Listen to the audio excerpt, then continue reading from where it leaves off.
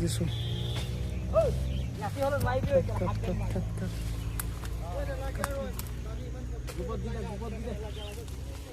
কাটি আছে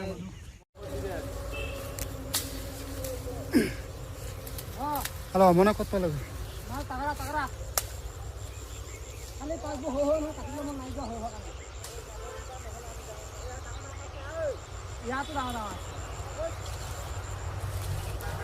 পাঠো আছে দেই আলি আই লিগাং জিন্দাবাদ জিন্দাবাদ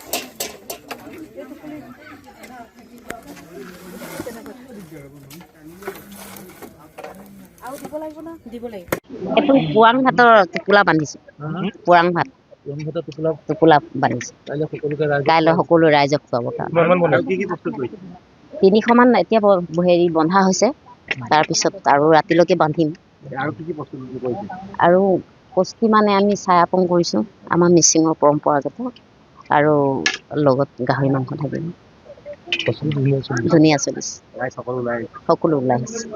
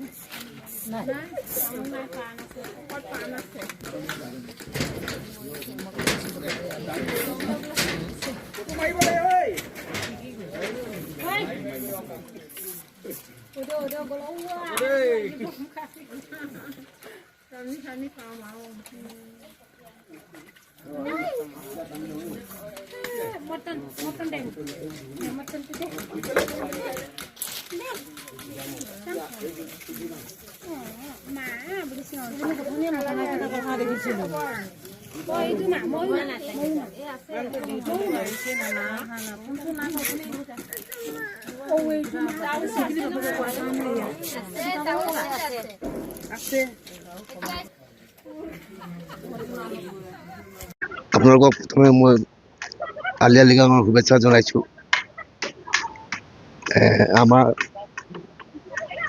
মিচিঙৰ জাতীয় উৎসৱ আলি আই লৃগাং প্ৰতি বছৰে হয় প্ৰতি বছৰে ফাগুন মাহৰ প্ৰথম বুধবাৰত নিৰ্দিষ্ট তাৰিখ বুলি নাই আমাৰ যিটো প্ৰথম বুধবাৰ হয় তেতিয়া আমাৰ আলি আই লৃগাং হয় এই আলি আই লৃগাং সমগ্ৰ অসমৰ লগতে কাইলৈ আমিও আমাৰ ইয়াত মহমাকি নতুন গাঁও আৰু এটা নাম আছে আমাৰ চুবুৰী হিচাপে কাংকান নগৰ সমূহ গাঁওখনৰ ৰাইজে আৰু আয়োজক সমিতিৰ ব্যৱস্থাপনাত আয়োজন কৰা হৈছে। এইবাৰ আমাৰ ৫৫ সংখ্যক। প্ৰস্তুতি কেনেকুৱা? প্ৰস্তুতি আলি আই লৃগাং আমাৰ আলি আই লৃগাং তিনিটা শব্দৰ মোটামুটি শব্দ হ'ল তিনিটা শব্দৰ অৰ্থ বীজ বা কঠীয়া আৰু আই মানে হ'ল এইটো আপোনাৰ শস্যৰ যেনে যিটো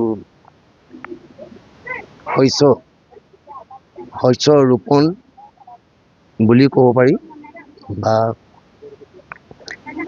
শস্য সিঁচা প্ৰথম দিন বুলি ক'ব পাৰি। প্ৰথম দিন মানে বুধবাৰ, লৃগাং মানে শস্য সিঁচা প্ৰথম দিন। এই তিনিটা শব্দকে গোটাই মেলি পেলাই আলি আই লৃগাংটো শুৱলা শব্দত ক'বলৈ গ'লে কৃষিভিত্তিক উৎসৱ। ফাগুনৰ প্ৰথম বুধবাৰত ৰাইজক কি খুৱাব?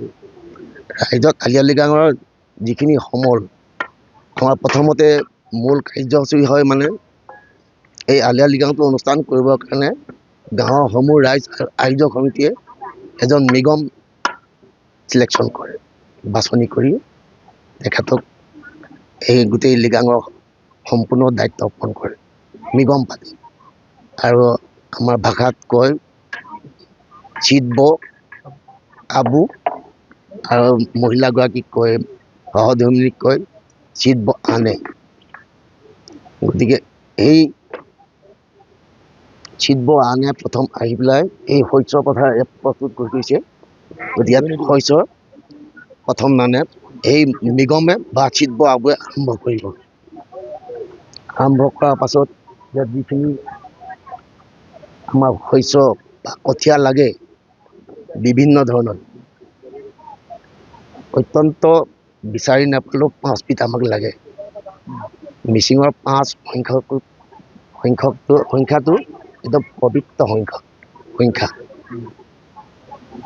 অত্যন্ত 5 বিধ লাগে। ধৰক আহু ধান 1 নম্বৰত আহিলে সিঁচা, আৰু 2 নম্বৰতে আহিলে আপোনাৰ মূল বা কাণ্ড বা আলু জাতীয় যিখিনি ৰুই সেইখিনি আলি বুলি কয়। আলি আই মানে হ'ল বীজ বা কঠীয়া, লৃগাং মানে হ'ল সিঁচাৰ প্ৰথম দিন। প্ৰস্তুতি কেনেকুৱা চলিছে? প্ৰস্তুতি আমাক মানে আটাইখিনি প্ৰস্তুতি হৈ গৈছে। যিখিনি আমাক মানে জাতীয় হিচাপে আমাৰ ইয়াত সমল লাগে, ধৰক পুৰাং আপিন মানে হ'ল পাতে বৰা চাউলত যিটো প্ৰস্তুত কৰে ইতিমধ্যে ইয়াত কৰি আছে। বড়ো আপংটো লাগে আৰু সেইটো অসমীয়াত চাইমদ বুলি কয়। সেইবোৰ সকলো যোগাৰ হৈ আছে। তাৰপিছতে এই শস্য ৰোপণ কৰাৰ লগে লগে 5 পাক গুমৰাগ নৃত্য ঘূৰিব লাগিব। এই যে মই 5 বুলি সংখ্যাটো ক'লোঁ যে 5 পাক হ'ব। 5 পাকৰ পাছতে 5 পাক ঘূৰি থাকোঁতে মাজে মাজে জেনেৰেল বিহু হয়। কণ্টিনিউ 5 পাক শেষ কৰি নিদিয়ে।